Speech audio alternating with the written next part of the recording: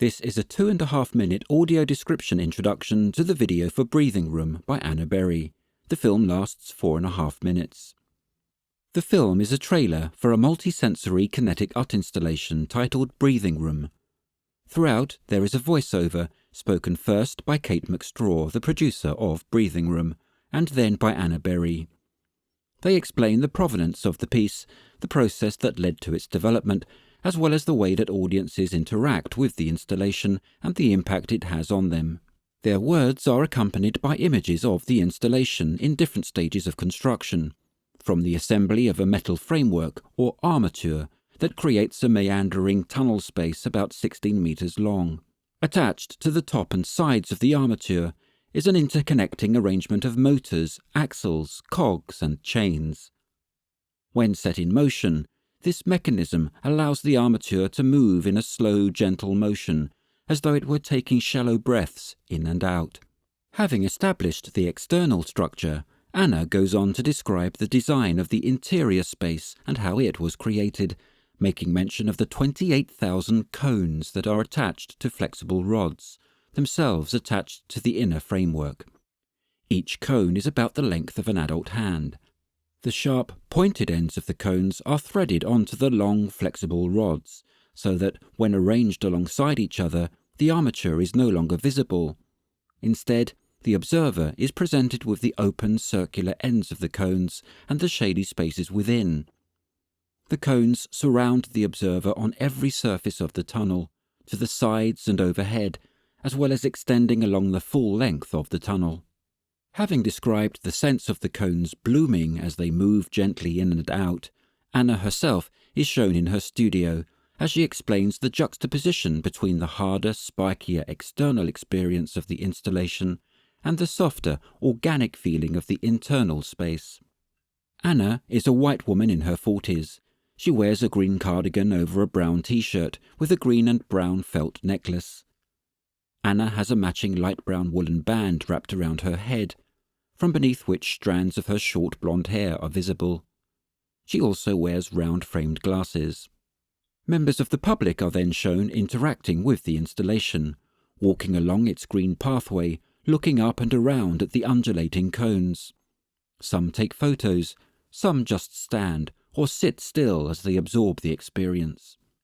Anna herself then walks the tunnel, feeling the cones as she explains how they are attached in each new location by volunteers, some of whom are shown threading cones onto the rods. As she describes the sound of the mechanism, the external armature is once again shown, its cogs and chains in motion. We are then left with the sounds of the mechanism as credits roll. Breathing Room is commissioned and supported by Unlimited, celebrating the work of disabled artists, with funding from Arts Council England. It's co-commissioned by The Stables and created in partnership with 101 Creation Space. The audio description is provided by Tony McBride for Vocalize. Hi, my name is Kate McStraw and I'm the producer of Breathing Room. Breathing Room is a multi-sensory kinetic art installation which was dreamt up by the artist Anna Berry. And what you can see is the culmination of 7 years of development for the artist alongside many collaborators that she's worked with since 2014. So the piece is constructed initially with a large metal armature that's basically kind of bolted together like giant Meccano. And inside that, there are smaller geometric shapes that help configure the inner space of the tunnel. And those were fabricated by the lovely people at 101 Creation Space. We then have this beautiful mechanism. It's in 4 sections, so there's a motor for each section attached to a main axle that then has gears ratioed to make things move apparently chaotically. But what it boils down to is that it feeds into really simple reciprocating lever mechanisms. And this was really elegantly crafted by Clive Doherty at Festive Road. Then on each of our little panels, we have flexible rods on which the cones are clad in a very particular configuration.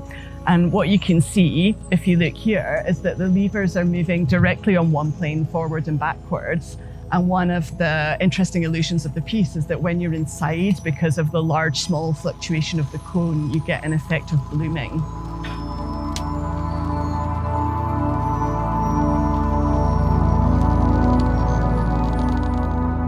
So the experience is very much a juxtaposition of the outside, which is very mechanistic, very man-made, very straight lines and spiky, and then the inside, which feels really organic and luminous and everything very soft. When you're on the inside, because you feel like you're in an organic space, it gives you a sense of the uncanny, because you've already seen on the outside that the movement is created in a very mechanical way.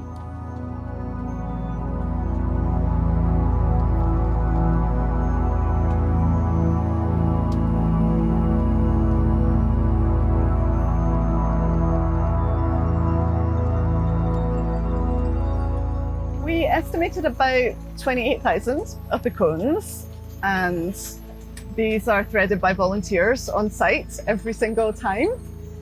They're made out of a material called Tyvek, and it's quite paper-like, but it's also robust for outdoor showings.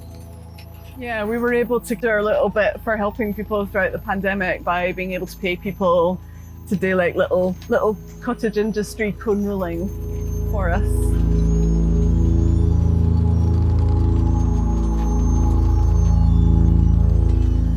Okay, so the sound is made by the mechanism.